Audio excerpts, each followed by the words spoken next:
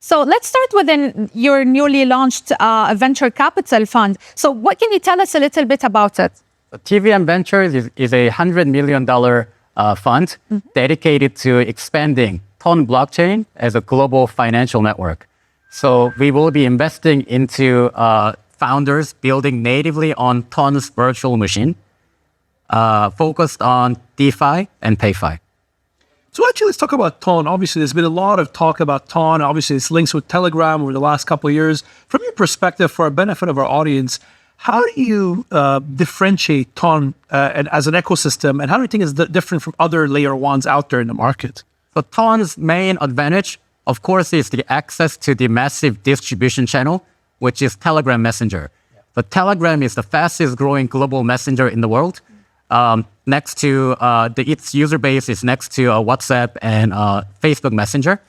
So Telegram is unique because as an instant messenger, its user base is cross-border, peer-to-peer. So this is the best place to harbor actually blockchain use cases.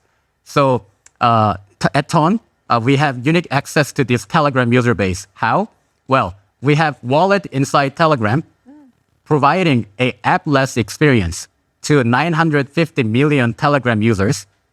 So unlike any other ecosystem, at layer one ecosystem, layer two or sidechains and network extensions, at TON, they use 950 million users can access blockchain-based applications without ever downloading a separate application.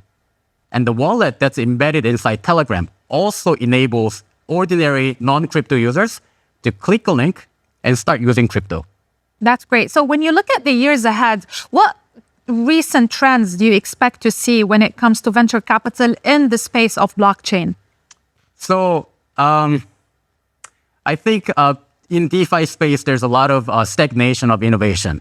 However, I would argue two things. So the next step for DeFi and the mission of TVM Ventures is actually putting DeFi and yield in every pocket. So there are two massive innovation that needs to be done in DeFi. One is actually making DeFi protocols scalable. Because if DeFi protocols are not scalable, they compromise on security by using sidechains or off-chain components, which put users' funds at risks. So at TON blockchain is an asynchronous blockchain. It just means that TON is able to scale to massive number of users. That brings complexities in building a smart contract. However, this is the only way to bring DeFi to 1 billion users. Because otherwise, the on-chain products built in other ecosystems will just simply not be able to handle this type of load.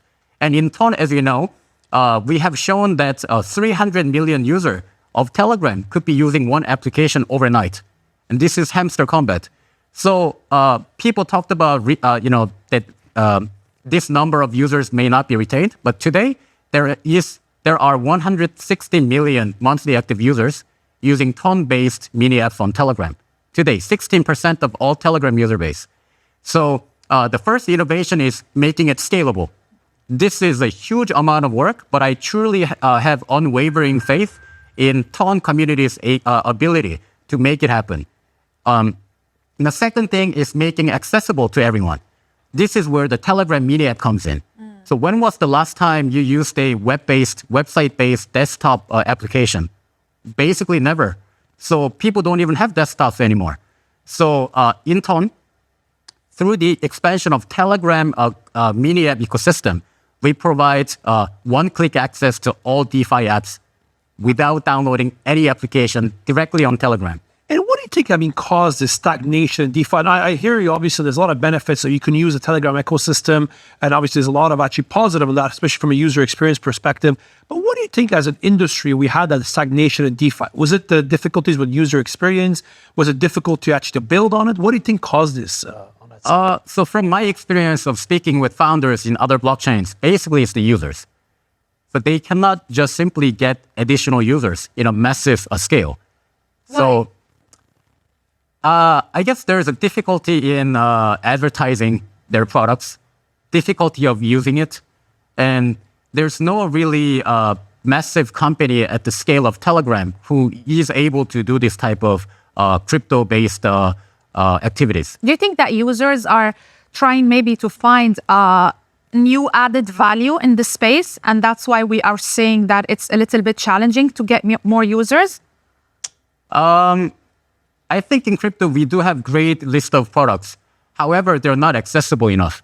And so ordinary people have difficulty, they're scared to try new things. Why? Because first of all, they need to buy a laptop. So I think that's the main thing. Yeah. So actually, Steve, when you look... sorry to interrupt, but one interesting thing is actually one innovation we saw is CDeFi, right? So, like Ethena. Yep. So basically, Ethena is able to provide huge amount of yield to USD-based stablecoin deposits and other currencies. And so what's very interesting is that Ethena actually announced that they will be coming to Ton and Telegram. And their ambition and vision is to build a neobank inside Telegram for the 950 million global user base. So this type of very successful projects coming on Ton is also a innovation in the sense that it will now finally reach a massive user base. Absolutely. And when you look at the whole crypto ecosystem right now, obviously you mentioned Ethena coming on Ton, all these developments. What do you think is the biggest risk that we face? Yes, I mean, platforms like Ton could provide financial services, can provide games like Hamster Combat you mentioned, and other uses via mini apps. But what is the risk that we're facing that this does not happen? What do you think? What would keep you up at night from an ecosystem build-out perspective? In terms of Ton, I think in the past, there was a lot of regulatory uncertainty around US. However, with the new administration, I think that risk has largely been voided. But what keeps me at night is actually the community. So the biggest risk of all blockchains actually is forks. So community can fork, and that can fragment a lot of different critical resources, talents, users, investments, on-chain liquidity, innovation as well. So this is what keeps me at night, and I would like all Ton community to focus actually building on TVM, just like Solana has done. So I would argue that Solana community, because of its narrative of competing against Ethereum, they never looked around whether we should make Solana EVM compatible or not. Therefore, they were able to really focus and make Solana one of the most powerful blockchains. So this type of focus is what we are trying to get at Ton as well. Thank you so much, Steve, for joining us. That was Steve Yon, founder of TVM Ventures. Thank you for having me. Are your children prepared for the future of money? Order Decoding Crypto with Henri and Hodler, the #1 new release kids book on Amazon.